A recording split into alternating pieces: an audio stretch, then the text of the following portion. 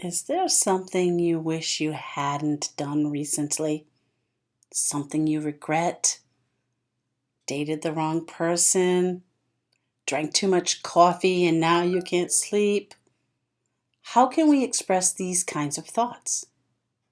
By using the third conditional. English grammar can be so confusing. Many students can memorize rules, sometimes better than native speakers like myself. But using the grammar correctly in conversation is the best way to show you truly understand how to use it correctly. If you enjoy my lessons and learn anything from them, please give me a like to let me know. Hit the subscribe button. We'd love to have you as part of our group. Kristin here, and welcome to another video in the series on conditional tenses. If you want to watch more, the link to the playlist is at the top of the screen. Memorizing grammar rules is not the goal of this lesson. We'll use the third conditional to talk about things we regret in the past or actions we wish had never happened, that we had never done.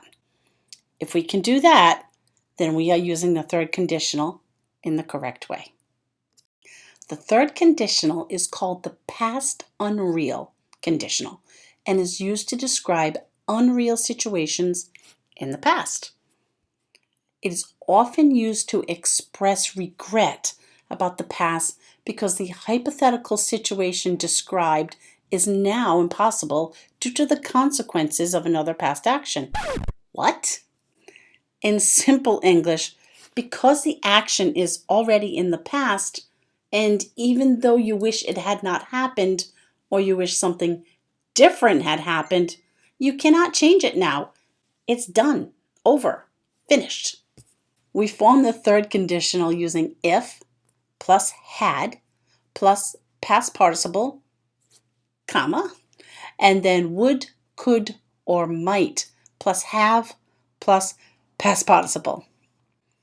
Don't forget, the past participle is that third verb in the list when you study verbs, and it can often be an irregular verb. So be very careful with the verbs.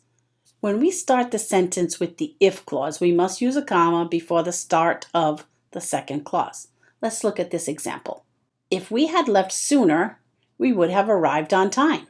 This sentence describes an unreal past situation because did you leave sooner? No, you didn't. Did you arrive on time? Again, the answer is no. It's unreal because it didn't happen that way. You just wished it happened that way. You did not leave sooner and you did not arrive on time. Here's another sentence. If I had studied French in school, I would have moved to Paris. But I did not study French and I did not move to Paris. This is just another example of wishful thinking. I regret my choices of the past and wished I had done something different. Then maybe my life would be different. When you look at the third conditional sentences, what actually happened is the opposite of what you say in the sentence. If I had studied French in school, but I didn't study French in school, I would have moved to Paris, but I didn't move to Paris. It's the exact opposite. Can you share a sentence in the comments about your wishful thinking? Maybe about a regret you have? For myself, if I had traveled more, I would have learned more languages. But I didn't travel more, and I didn't learn many languages at all. I regret that. Now, let's look at more sentences and also use the modal verbs could and might along with would. We can also reverse the order of the sentences and put the if clause at the second half of the sentence. When we do that, we do not need the comma at the end of the first clause. If I had known it was your birthday, I would have bought you a present. I would have bought you a present if I had known it was your birthday. No comma needed in this sentence. but I didn't remember it was your birthday, and therefore I did not buy you a gift. I'm sorry. Also, remember the use of contractions, which is very common in these sentences. If I had becomes if I'd, and this contraction is the same as I would, I'd. I had, I'd, I would, I'd. The second clause, using would, can be contracted in two different ways. I would have can become I'd have, or I would have. And both of these are correct. Normally myself, I most of the time say I would have. I would have. If I'd studied harder, I could have been a doctor. The could in this sentence is saying this possibly would have happened, but your chances of being that doctor now are not important anymore because you ruined your chances by not studying harder in the first place. You wouldn't have twisted your ankle if you hadn't run in high heels. Here, we're using contractions in the negative form. Would not have equals wouldn't have. Had not run, hadn't run. But regretting your silly action of running in high heels did happen, and you fell and twisted your ankle. Ouch. The opposite is also true in this negative form of the sentence. You did twist your ankle because you did run in high heels. The exact opposite is actually true. If she had asked for help, they might have helped her.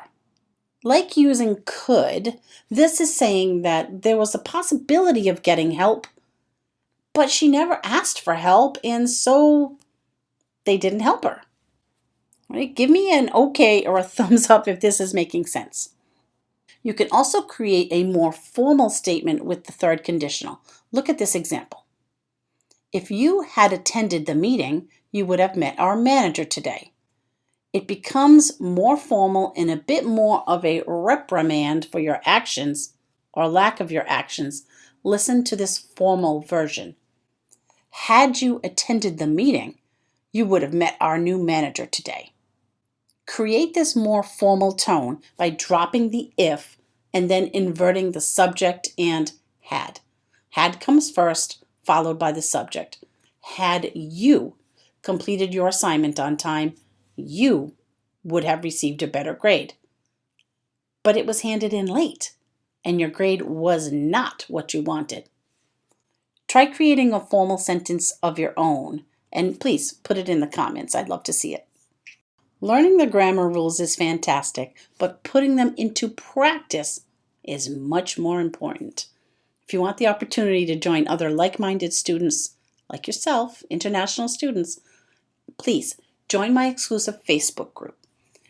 We share posts, have free conversation at least once per month, and we interact with each other in English on the page. The link is in the box below. We'd love to see you. I hope you practice using this conditional tense in your conversations. Use the third conditional to talk about your past regrets or things you wish were different. For a review of other conditional tenses, please check out these videos here. Never stop learning. See you soon.